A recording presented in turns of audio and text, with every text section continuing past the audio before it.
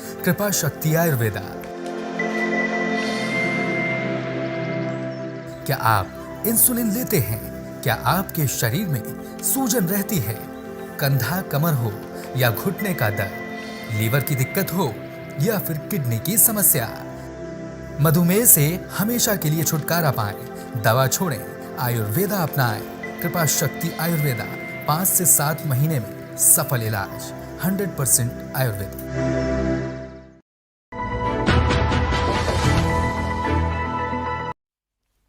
नमस्कार, स्वागत है आप सबका हिंद भारत में। मैं हूं आपके साथ आयुषी मित्तल और मेरे साथ है मेरी सहयोगी मधु साहनी। जी, हम आज एक बार फिर से बात करने वाले हैं फार्म प्रोटेस्ट की, यानी किसानों के इस चल रहे आंदोलन की। देखिए, एक बात ये हमारे बिल्कुल साफ सामने आती है कि एक तरफ जहां पे इंटरनेट पर हर जगह पे इंटरनेशनल लेवल पर जिस तरह से भारत को बदनाम करने की साजिश की जा रही है, तो वहीं दूसरी तरफ जो बाइडेन प्रशासन यानी अमेरिकी प्रशासन ने इस पर भारत की तारीफ करी है। जी हां, अमेरिकी प्रशासन ने यह कहा है कि जिस तरह से फार्म लॉज को इंप्लीमेंट करने के लिए भारत में रिफॉर्म्स हो रहे हैं, उसकी वो तारीफ करते हैं। और साथ ही आपको यह भी बता दें कि अमेरिका ने भारत को सुझाव दिए हैं इस डेडलॉक को खत्म करने के लिए। एक ऐसा डेडलॉक जो किसानों और लोगों के बीच बन गया है, किसानों और सरकार के बीच बन गया है। एक ऐसा मसला जो पिछले 2 महीने से सुलझने पर ही नहीं आ रहा है। जी हां, ये एक तरह से डेडलॉक की इसने एक सिचुएशन क्रिएट कर दी है जो हमारे लिए भी बहुत ज्यादा मुश्किल हो गई है जिस चीज को समझना, क्योंकि किसान एक मुद्दे पर एग्री नहीं हो रहे हैं। 1.5 साल के लिए यह बात भी भारत सरकार द्वारा कह दी गई है कि हम 1.5 साल तक इन लॉज को इंप्लीमेंट नहीं करेंगे, पर उसके बाद भी किसानों का जो मत है वो बदलने के लिए तैयार नहीं है। लगातार भड़काऊ भाषण हो रहे हैं, देश विरोधी एक्टिविटीज हो रही हैं, खालिस्तानियों का बीच में इंटरफेयर हो रहा है। और अब इंटरनेशनल लेवल पर ट्विटर जैसे सोशल मीडिया प्लेटफॉर्म्स पर किस तरह से भारत के खिलाफ एक प्रोपेगेंडा वाली सिचुएशन बन चुकी है, इस पर भी हम आज एक नजर डालेंगे। साथ ही आपको यह भी बता दें कि अमेरिका के विदेश मंत्रालय के प्रवक्ता ने भारत के कृषि क्षेत्र में जो भी रिफॉर्म्स आए हैं उनकी तारीफ करी है। साथ ही उन्होंने ये बात भी कही है कि जो भी फैसला किसानों के हक में या देश के हक में लिया जाता है उस बात का वो स्वागत करते हैं। एक बात और आपको बता दें कि जो बाइडेन ने भी अपनी एक चुप्पी तोड़ी है। पहली बार अमेरिका ने इंडिया के फार्म लॉज पे अपनी चुप्पी तोड़ी है और उनका यह बयान सामने आया है कि जो भी चीजें लोकतंत्र के हित में होती हैं, जो भी चीजें एक देश के हित में होती हैं, वो सब डेमोक्रेसी के लिए ही होती हैं। भारत दुनिया का सबसे बड़ा डेमोक्रेटिक देश है, लार्जेस्ट डेमोक्रेटिक देश है, लेकिन अब यह सवाल बनता है कि क्या लोग इसकी डेमोक्रेसी को बनाए रखने के लिए, इसकी गरिमा को बनाए रखने के लिए क्या सारे प्रिकॉशंस ले रहे हैं या नहीं। देखिए, एक बात और, अमेरिका ने ये बात साफ करी है कि अगर कोई भी परेशानी होती है, किसी तरह की ऐसी सिचुएशंस आती है, तो सरकार को, किसानों को या कोई और भी सदस्य होते हैं जिन्हें अपनी चल रही देश में कोई भी लॉ पास होता है, बिल पास होता है, उसके खिलाफ कोई भी परेशानी होती है, तो शांति से बैठ के उनको सुलझाने की कोशिश करनी चाहिए। वहीं एक और बात आपकी नजर एक और बात पर डालना चाहूंगी कि 26 जनवरी के दिन जिस तरह से किसानों ने आंदोलन के नाम पे जो स्टंट किया है, जो देश विरोधी एक्टिविटीज करी है, उसमें एक बात यह भी देखने को आई है कि दिल्ली के सारे बॉर्डर यानी सिंघू बॉर्डर, गाजीपुर बॉर्डर और टीकरी बॉर्डर पर इंटरनेट सेवा को बहाल कर दिया गया था, यानी इंटरनेट सेवा को बंद कर दिया गया था, जिसमें इंटरनेशनल लेवल पे ये कहा गया था कि ये डेमोक्रेसी के खिलाफ है यानी ये लोकतंत्र के खिलाफ है। तो इस पे भी मैं आपकी जानकारी के लिए बता दूं कि अमेरिका ने इसकी भी सराहना करी है कि उस वक्त इंटरनेट सेवा को बंद करना जरूरी था। देखिए, इस तरह की सिचुएशन जो होती है, इस तरह के मामले जो होते हैं, वो जम्मू कश्मीर में आए दिन होते रहते हैं। जब भारत विरोधी या देश विरोधी कोई एक्टिविटीज होती है तो इंटरनेट सेवा को बहाल कर दिया जाता है। इसका रीजन सबसे बड़ा ये होता है कि इंटरनेट एक ऐसा माध्यम है जहां पर सारी चीजें, सारी इंफॉर्मेशन लोगों को प्रोवाइड होती है। तो वहीं इंटरनेट एक ऐसा भी फियर मॉन्गर्स के लिए, टेरर मॉन्गर्स के लिए ये एक सोर्स का काम कर जाता है, यानी वो अपनी सारी इंफॉर्मेशन किस तरह से उनको क्या प्रोपेगेंडा किस देश के खिलाफ करना है ये भी वो देते रहते हैं। इस पर और रोशनी डालने के लिए मैं चाहूंगी कि मधु सहानी, मधु जी आप इस बारे में कुछ बताइए। जी हाँ, इस आंदोलन को अब 70 दिन हो चुके हैं। आज इस आंदोलन का 71वां दिन है। पंजाब से शुरू हुआ ये आंदोलन पश्चिमी के देशों में फैल चुका है। बोलिए। 26 जनवरी की ट्रैक्टर जो परेड हुई थी उसमें जो किसानों ने अपने स्टंट दिखाए और उपद्रव मचाया, लाल किले पे झंडा फहराया, इसके बाद इस आंदोलन पर सवाल खड़े होते हैं। इस आंदोलन पर ये सवाल खड़े होते हैं कि देखिए, सॉरी मधु जी, मैं आपको बीच में इंटरप्ट कर रही हूं, लेकिन मैं आपको एक बात बता दूं कि सवाल खड़े आंदोलन पे जरूर होते हैं। सवाल बहुत सारी चीजों पे खड़े होते हैं। देखिए, शुरू से ही इस मामले में जिस तरह से 26 जनवरी पे पहली बात ये चीज किसानों की तरफ से इस बात का वादा लिया गया था कि 26 जनवरी पर एक पीसफुल रैली निकाली जाएगी, पर जिस तरह से उपद्रवियों ने, शायद मैं ये शब्द बिल्कुल सही इस्तेमाल करूंगी, जिस तरह से उपद्रवियों ने लाल किला की गरिमा को तार तार किया, उसके बाद ऐसी कुछ बात नहीं रह गई है जिस पर हम कोई स्टैंड ले सके। ये देखिए, इससे पहले 26 जनवरी से पहले कहीं ना कहीं जो देशवासी थे, जो इंडियंस थे, वो कहीं ना कहीं किसानों के साथ समर्थन कर रहे थे। लेकिन जिस तरह का नजारा हमें 26 जनवरी को देखने को मिला, उसके बाद बहुत सारे लोग इनके अगेंस्ट भी हो गए हैं। और इस पर जो इंटरनेशनल लेवल पे बात हो रही है, जैसे कि मैं सबसे पहले आपको बता दूं कि पॉप स्टार रिहाना का इस बात पे ट्वीट आया है, जहां पे उन्होंने ये बात बोली कि why we are not talking about this, हम किसानों के मुद्दे पर बात क्यों नहीं कर रहे। तो मैं आपकी जानकारी के लिए बता दूं कि रिहाना जी, हम किसानों के मुद्दों पर लगातार बातचीत कर रहे हैं, किसानों से लगातार बातचीत कर रहे हैं, पर किसी चीज की यानी अगर किसी चीज की आपको इंफॉर्मेशन नहीं है, किसी के आंतरिक मुद्दों की आपको पूरी तरह से जानकारी नहीं है, तो इस तरह से उसमें कूदना आपकी क्या बोले, एक मन बुद्धि का परिचय देता है। उसके साथ ही एनवायरमेंटल एक्टिविस्ट ग्रेटा थनबर्ग ने भी इस पर ट्वीट किया है। और मैं एक बात बता दूं कि शायद बड़ी हास्यास्पद ये बात होगी कि ग्रेटा थनबर्ग खुद ही अपने आप में एक्सपोज हो गई, क्योंकि अपने एक ट्वीट में उन्होंने गलती से खुद को ही एक्सपोज कर दिया है। और अब एक बात ये भी सामने आ रही है कि इन सब ट्वीट्स के पीछे हो सकता है खालिस्तानी फंडिंग हो सकती है इन सब के पीछे, क्योंकि देखिए, रिहाना बहुत बड़ी स्टार हैं, उनके कई मिलियंस में फॉलोअर्स हैं ट्विटर में। ग्रेटा थनबर्ग हमेशा से एनवायरमेंट के मुद्दे पर बोलती आई हैं, तो ऐसा भी माना जा रहा है कि इनकी ये जो बात बोलेंगे, देखिए, इस पे एक सेंस ऑफ रिस्पॉन्सिबिलिटी भी आपके सामने आती है। अगर आप इस तरह से आपको पता है कि आपके ट्वीट का लोगों पे बहुत असर होता है, तो आपके ऊपर ही सेंस ऑफ रिस्पॉन्सिबिलिटी आती है कि जो आप ट्वीट कर रहे हैं या जिसके समर्थन में, जिसके विरोध में आप कर रहे हैं ट्वीट, उसकी आपको पूरी तरह से नॉलेज हो, क्योंकि कई लोग ऐसे होते हैं जो आपको इस चीज पर फॉलो करते हैं।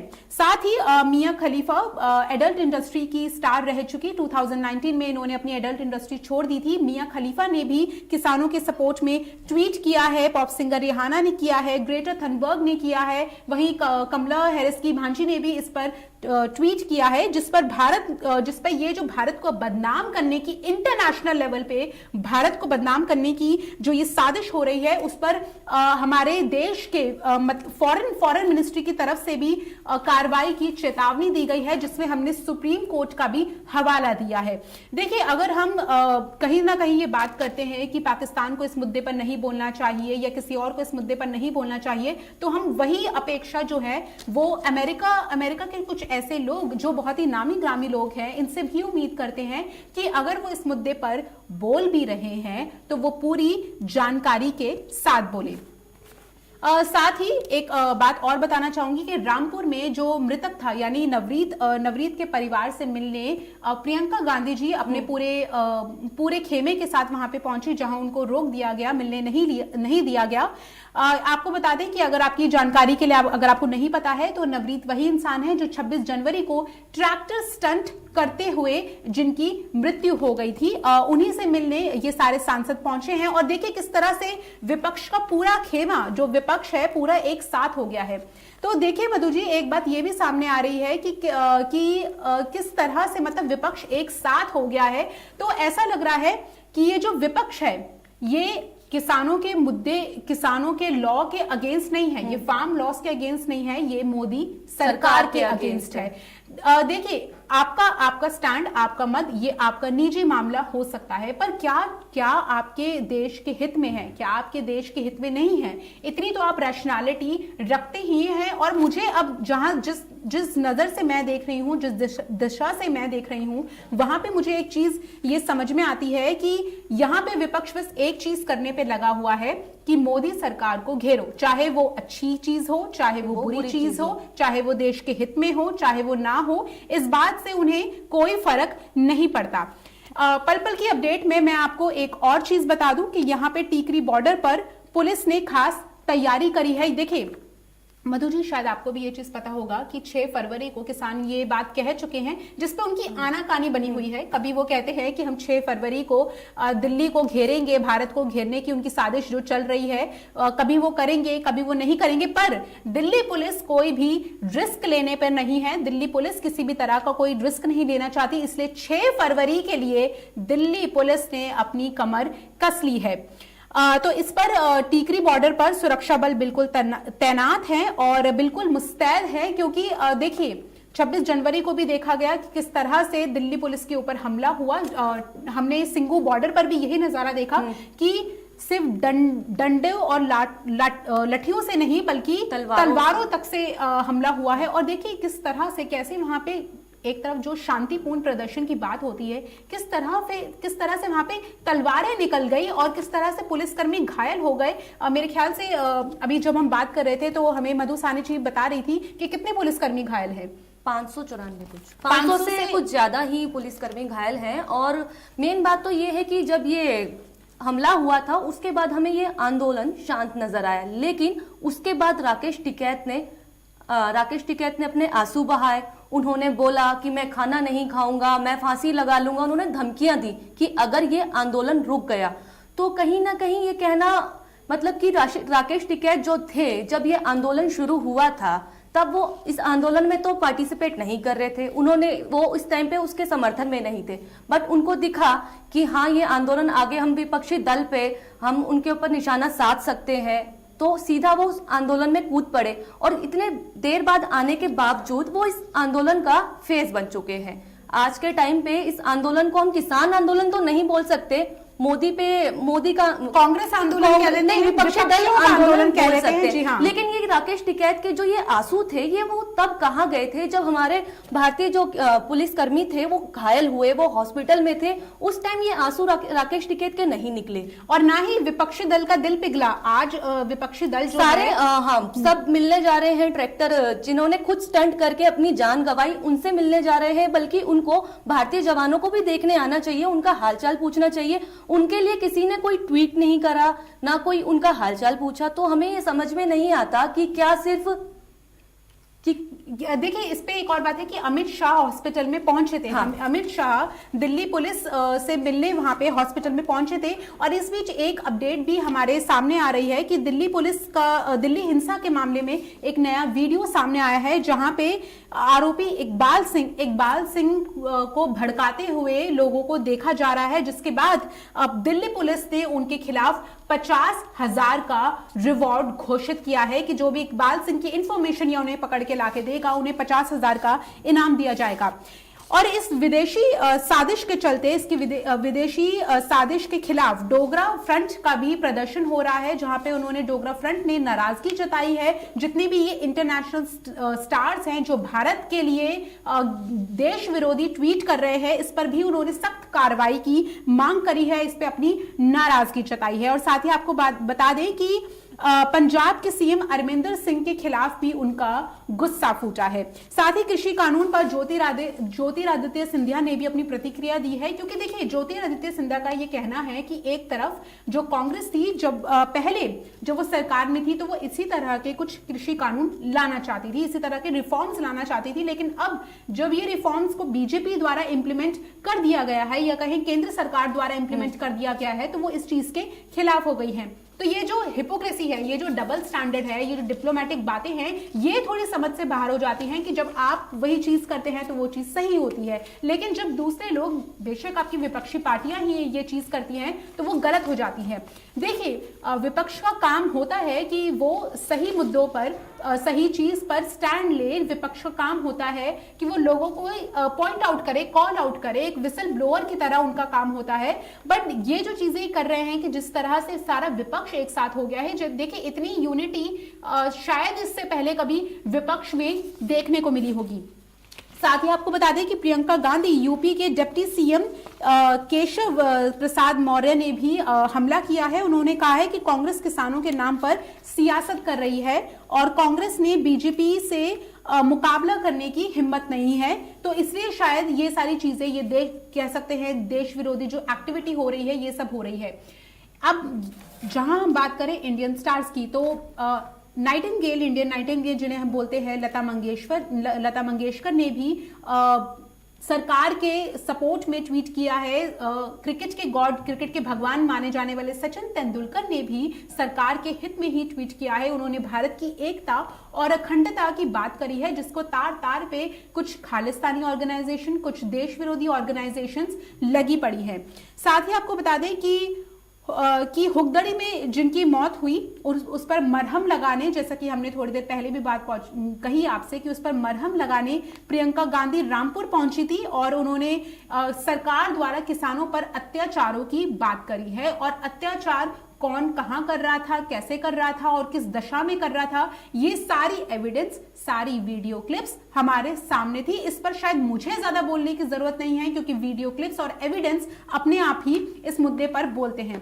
किसानों के मुद्दे पर पीएम मोदी ने भी 6 साल पहले इसकी भलाई के बारे में कहा था और आत्मनिर्भर बनाने का लक्ष्य जो ये रखा था, उसकी तरफ वो अग्रसर हुए हैं।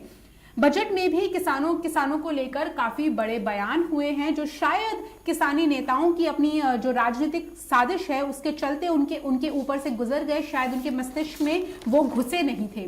और इसके साथ ही हम बात करें कांग्रेस आंदोलन को लेकर, केजरीवाल, दिल्ली के सीएम केजरीवाल का एक नया पैतरा सामने आया है, जहां पे उन्होंने डीटीसी बसें, यानी जितनी भी डीटीसी बसें उन्होंने दिल्ली पुलिस को दे रखी थी, शायद 300 से ज्यादा बसें थी वो, उन 300 से ज्यादा बसों को उन्होंने वापस मंगाया है, वापस मंगाने की उन्होंने काम की है। देखिए, सबसे बड़ा यही चीज होती है कि मधु, सबसे बड़ी कि आप रिसोर्सेज वापस ले लो, आप साधन वापस ले लो, क्योंकि केजरीवाल जी का जो हमारे दिल्ली के सीएम है, उनका हमेशा एक मत रहता है, हर चीज में वो ये कहकर अपने आप को पीछे कर लेते हैं कि दिल्ली पुलिस जो है वो केंद्र सरकार के अंडर आती है, वो दिल्ली गवर्नमेंट के अंडर नहीं आती। तो इस चीज को लेकर वो हमेशा इस चीज से अपना पल्ला झाड़ लेते हैं और ठीकरा केंद्र सरकार पे फोड़ देते हैं।